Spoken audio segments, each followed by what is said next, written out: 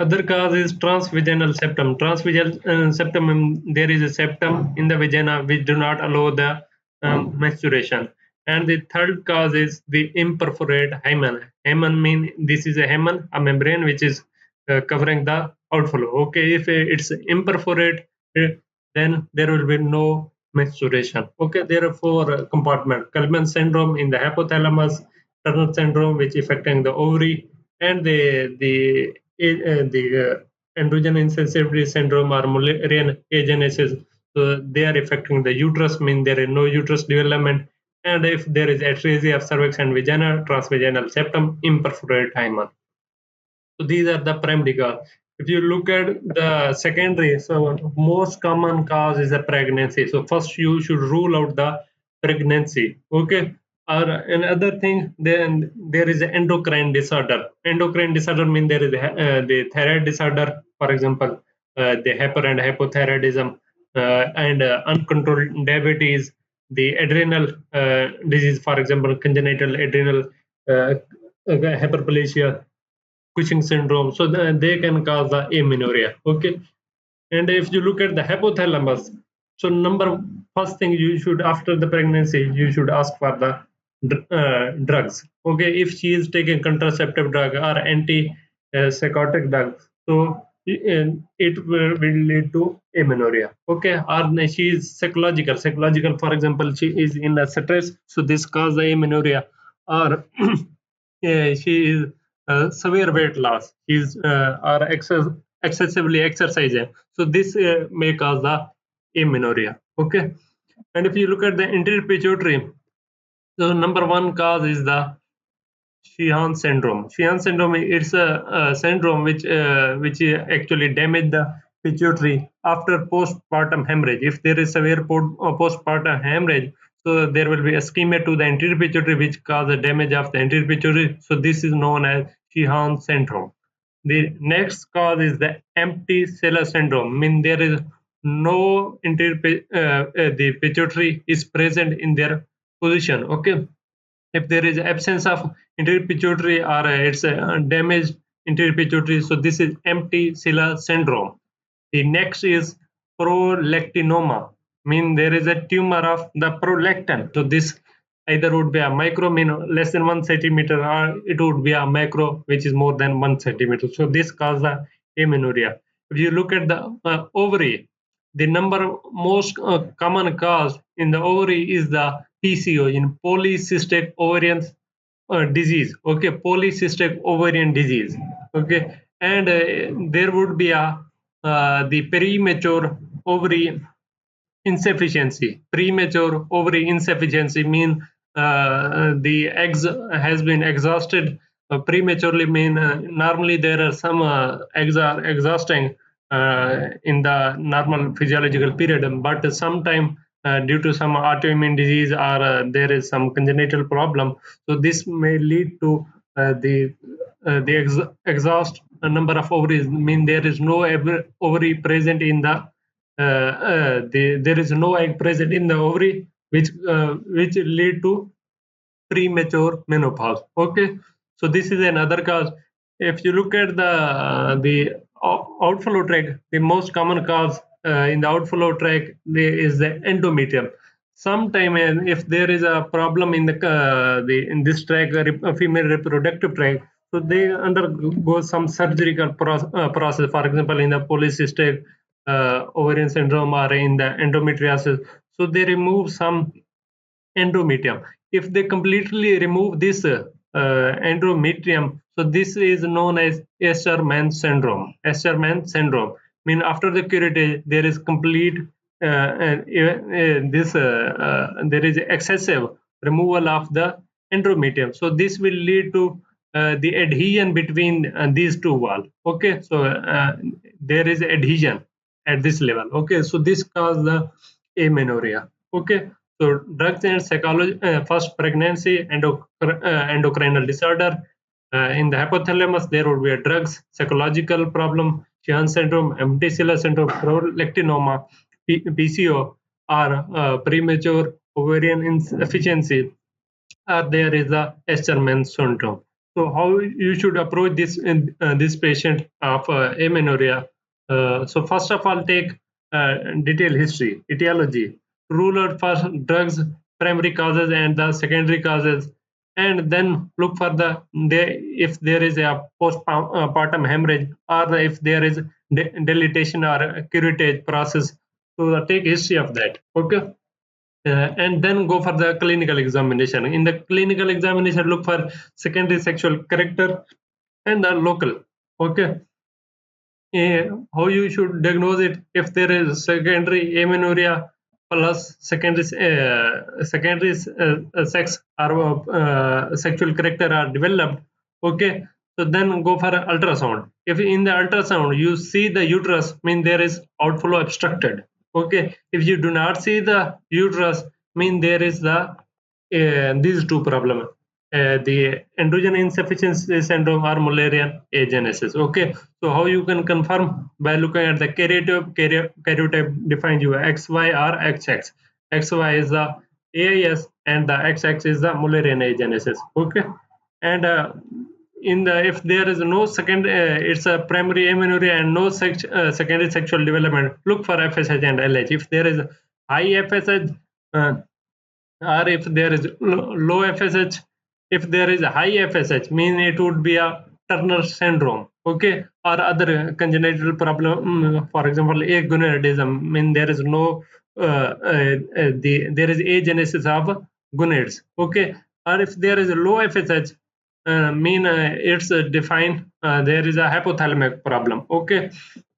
So look for the other test, TSH and ACTH. This to confirm either it's not the hypothyroid problem or any adrenal problem. Okay, and if there is a normal FSH, so this define this it would be due to PCO, mean polycystic ovarian syndrome. Okay, and other color you can go for laparoscopy and hysteroscopy to see the internal picture of this track. Okay, treat the etiology. Underlying etiology, if it's removed, then it will be normal, or we give them initially medical therapy, for example hormone replacement therapy, which is most commonly used, and if it's not improved, then go for surgical process. Okay, this was short summary of primary and secondary amenorrhea. Now we are looking at some detail of the primary and secondary amenorrhea. So let's look at the primary causes. So there will be a problem: hypothalamus, pituitary, ovarian follicle, corpus luteum. I mean, and then there will be no over release, anovulation, uterus problem, outflow tract. Sometimes there is also a constitutional delay. I mean, there is no abnormality the family history, where the menses start later. Okay, so there would be a positive female history. So then there would be a constitutional delay as compared to the other girls. Okay.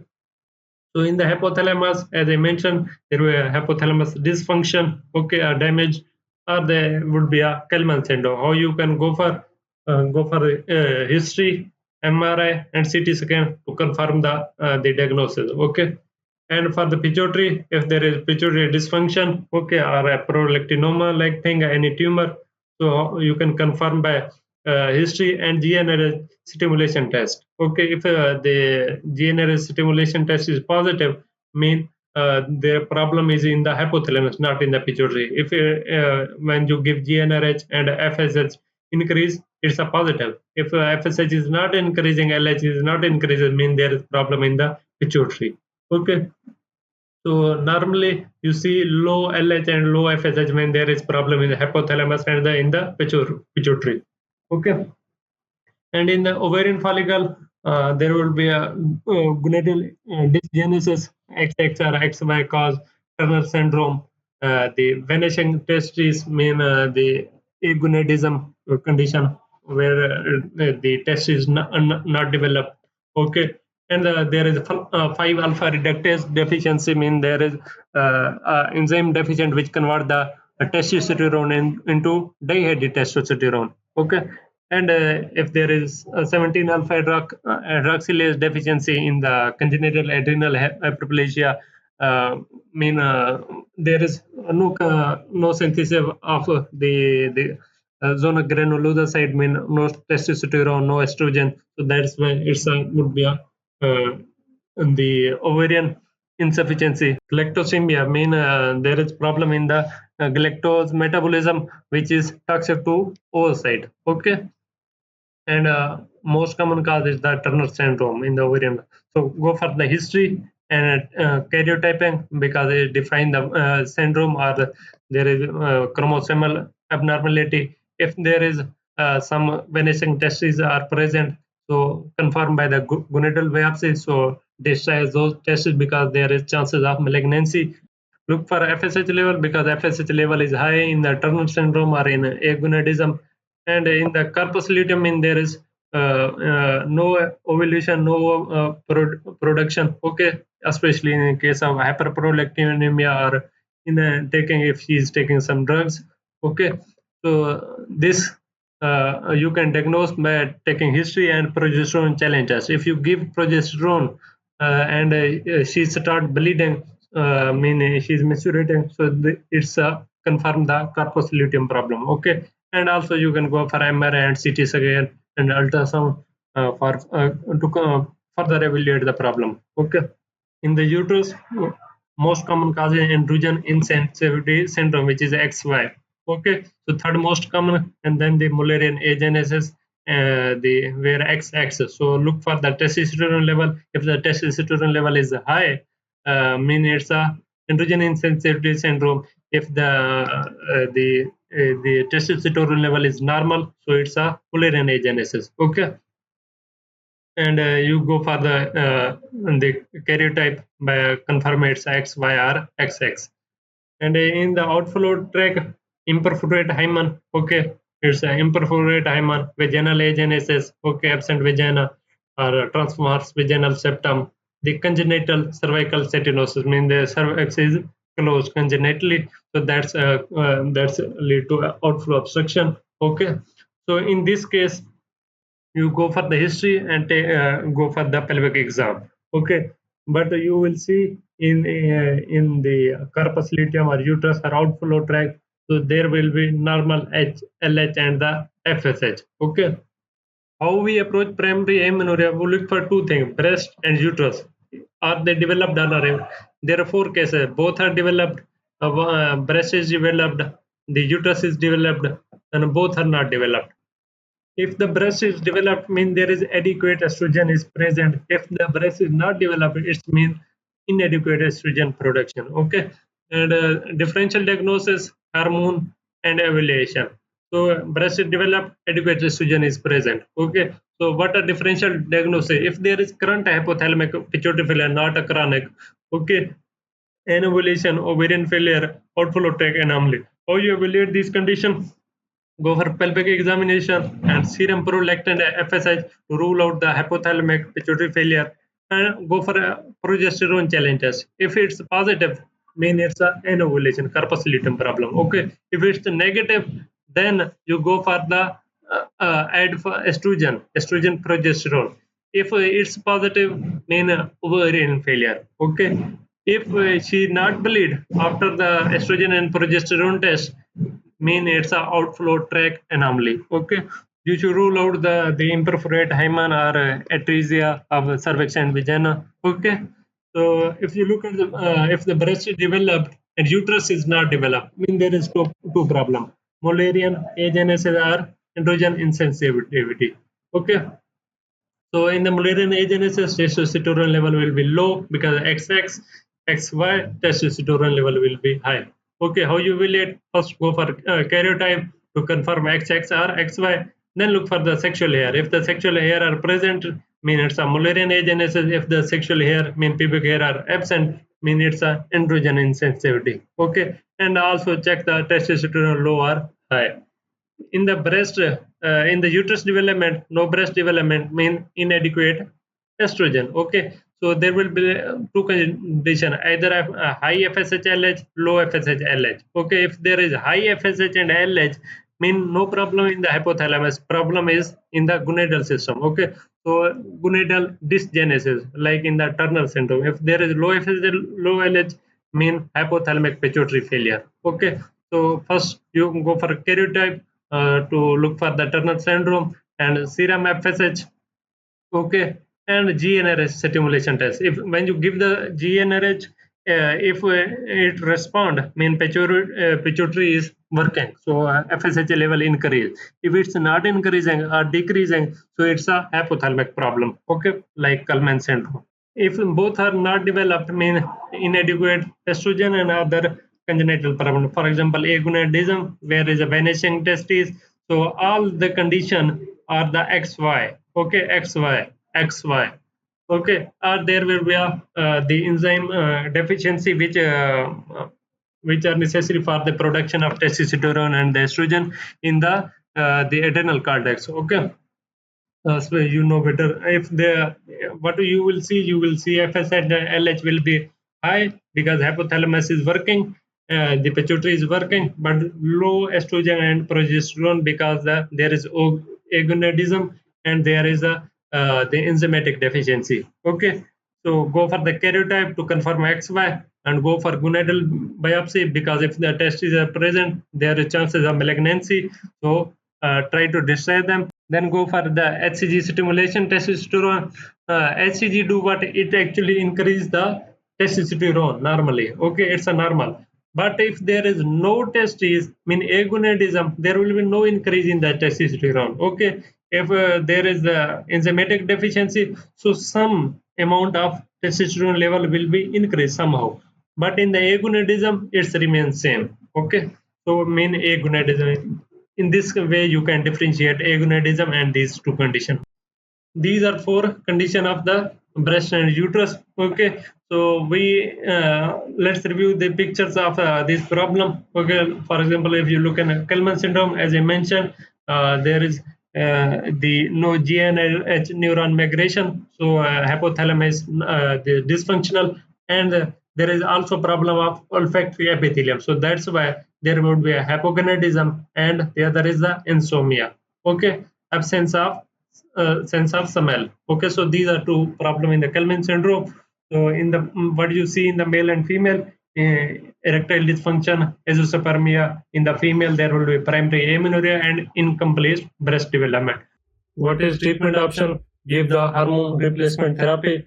So if there is follicular endowment presence, so she can go for the natural pregnancy if, or otherwise assisted reproductive techniques. So if there is absence of follicular endowment, so gamete donation or embryo donation is the solution. Okay. Turner syndrome or gonadal dysgenesis, two major problem is the sexual infantilism, which lead to amenorrhea and short stature. There are other comparative abnormalities. So on both sides there is bilateral stick gonads, and if you look at the karyotype, 80% have 45 X0 and 20% has mosaic, mean there is mixed on both. Okay, 46 XX and 45 X0. So treatment is hormonal replacement. Okay, so here you can see on both the classic and the mosaic manner. These are two other cases, Mullerian agenesis and androgen insensitivity. Okay, in short form, MRKH syndrome, also known as Mullerian agenesis. In both cases, there is absence of uterus and the upper vagina. So what is difference? You do not see the sexual hair, no sexual hair. Okay, in the androgen insensitivity. And there is XY, so that's why here is a testes. Inside there is a testes. That's lead to increase the testosterone level, which is at the male range. Okay, and on the other hand, there will be sexual hair development, and all there is ovary, so that's where testosterone level is normal. Okay, so the treatment option is vaginal creation or dilation or vaginoplasty, and on this side you go for the gonadectomy after puberty and give a hormonal replacement therapy to develop their secondary sexual character, and you can think of the vaginal creation and the vaginoplasty. Okay. And here is the comparison. You can see pubic hair present and absent. Here is the testes, here is ovaries, and female level testosterone level. Here is the male level testosterone XY karyotype, XX karyotype. Okay, so here is present, here is absent. Okay. In the anatomical defect, number one is you know better the cervical atresia or the vaginal atresia. Here you can see the cervix is. Here is the atresia of the cervix. Okay, and in this tract you also see the cervix aplasia. In this case, you can see the uterus, the cervix is normal, but the vagina here is a transverse septum. Okay, so which is obstructing the outflow. Okay, transverse vaginal septum. So here is the bladder. So on this side, you can see the transvaginal septum. And this is imperforate hymen. So which has closed the outflow. So this is imperforate hymen. So by pelvic examination, you can confirm it. Okay. At this level, there is the closure of the outflow. And here you can see there's the blood in the outflow tract, so that's why which is blocked the outflow, so that's why she cannot menstruate properly. So these are different cases, okay, which obstruct the outflow. So this is known as cryptomenorrhea. This way you approach the primary amenorrhea. Now come to the secondary amenorrhea causes. So and their diagnosis. So causes are hypothalamic, pituitary, ovarian follicle, corpus luteum, uterus, or outflow. In the hypothalamus, you see that either it would be a tumor or anorexia nervosa, means she is not taking any diet, she is restricted to the nutrients, okay, or there is stress condition, there is or she has severe weight loss, trauma, or any radiation therapy, or she is taking drugs for contraceptive or anti-psychotic drugs, or excessive exercises may cause a secondary amenorrhea. Okay, how you can differentiate? Take the detailed history and check MRI and CT scan to look for the hypothalamus. Okay, in the pituitary, what you see, there would be the panhypopituitarism in all the pituitary hormones are low, or there would be a pituitary tumor. If you look at there would be a hypothyroidism or hyperthyroidism. Okay, or there would be a Sheehan syndrome or empty sella syndrome. Okay, Sheehan syndrome after the postpartum hemorrhage, empty sella, mean there is damage of pituitary gland. Okay, hemochromatosis, high level of the iron or medication, for example, the progesterone producing. Okay, so how you can diagnose? By looking at history and GnRH stimulation test. If the GnRH stimulation test is positive, means pituitary is normal, problem is in the hypothalamus, and look for the TSH to rule out the hypothyroidism and hyperthyroidism. Okay, in this case, LH and FS level will be low. Okay, in the ovarian follicle, first is the menopause. There would be a premature menopause, for example, in the premature ovarian insufficiency or autoimmune diseases. So we exhaust the ova present in the ovary. Okay, and there will be a post-radiation infection or chemotherapy which damage the ovary. Okay, and there will be premature ovarian failure, the resistant ovary syndrome, or there will be ovarian cancer, autoimmune diseases. So these all lead to cause the affecting the ovary.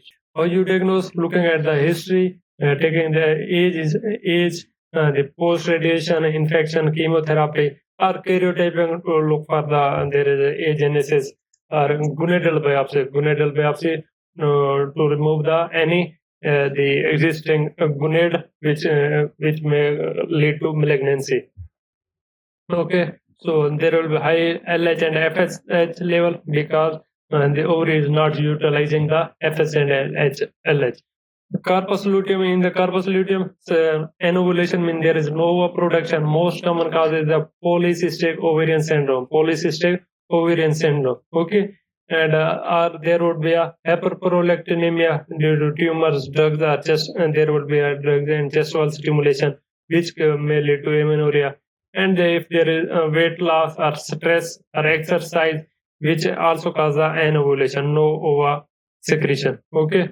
So now looking at the history and progesterone challenge test. If the progesterone challenge test is positive, mean there is a anovulation. Okay, and look for the MRI CT scan to rule out the polycystic or the other hyperprolactinemia. Okay. In the uterus you see the most common cause is the pregnancy. Okay. So and intrauterine adhesion, as you see in the Escherman syndrome. Okay, where you see there is after curettage, mean the excessive endometrium removed. Okay, or there is blockage in the passage of blood. Okay, so these are the most common causes of pregnancy. Okay, look for the history and beta HCG to confirm the pregnancy, and hysteroscope to look at the intrauterine adhesion. In the outflow tract, cervical stenosis from conization or karyotherapy. Okay, so look for the history and pelvic examination. So in these cases, you will see the normal level of LH and FSH. Okay, so these are the most common causes of the secondary amenorrhea, and these are diagnostic approach. Let's review these causes. For example, Sheehan syndrome, postpartum, the hemorrhage, pituitary, which lead to pituitary necrosis. Okay, so due to ischemia, so their failure to lactate, and feature of hypopituitarism, which causes secondary amenorrhea, lethargy, and intolerance. Okay, so here is normal vicilla, and where you see the anterior pituitary and posterior pituitary, and here you see the anterior lobe is damaged and it's replaced by CSF. There is so empty cella syndrome. Okay, here what you see the prolactinoma in the tumor of the prolactin. Okay, and here is the premature ovarian insufficiency case, where you see normally you see there is a cycle where the primordial follicle are present, and they undergo the primary follicle, pre-antral follicle, small antral follicle, large antral follicle, and then pre-ovulatory follicle, rupture follicle, and corpus luteum. So this is cycle. So if there is this store of primordial follicle, if there this primary follicle undergo the atresia. So if this atresia increase, so the number of the primordial follicle will be exhaust. Okay, so that's why there is no more ova secretion. Okay, so this is known as premature ovarian insufficiency, which causes a premature menopause. Okay, so sometimes due to the autoimmune disease, and this is the most common cause, polycystic ovarian syndrome. Okay, where you see multiple cysts in the ovaries. Okay, and it's also associated with the hirsutism. One of the most clinical feature is the one is polycystic syndrome. Most of the time it's associated with the hirsutism. Okay, Asherman syndrome. Okay, so what you see in the Asherman, there is excessive removal of in the endometrium. So this will call the adhesion. So that's why you will see the amenorrhea, hypomenorrhea, infertility. So these are this is mnemonic to see the other clinical picture. So what is the treatment option? Treatment option is remove this adhesion. Okay, and you can confirm the diagnosis by looking at a stereoscope, which is most diagnostic. Okay, so this is the clinical approach of the secondary amenorrhea. Okay, so these are causes of secondary and primary, and here the diagnostic approach.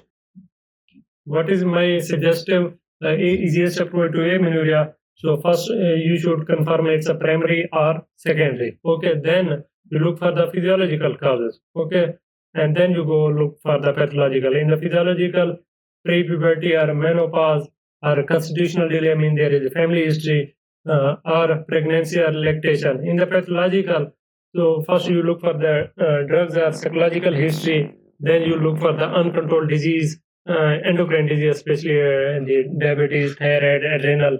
Okay, and then you look for the uterus and breast is present or not. Okay, then you look for the surgical history to confirm there is a normal the outflow tract. Okay, there is Asherman syndrome maybe, and progesterone challenge test to confirm it's an anovulation or not. Okay, and then progesterone, estrogen to rule out the outflow tract or hypothalamus problem. Then you go for FSH, which define the whether it's ovarian problem or there is hypothalamus problem. GNRH stimulation will differentiate the hypothalamus and the anterior pituitary. The MRI CT can confirm your diagnosis. And the congenital anomalies, in the congenital anomaly you go for karyotyping. Okay, to confirm your diagnosis. So this is all about the amenorrhea. Thank you very much. Allah Hafiz.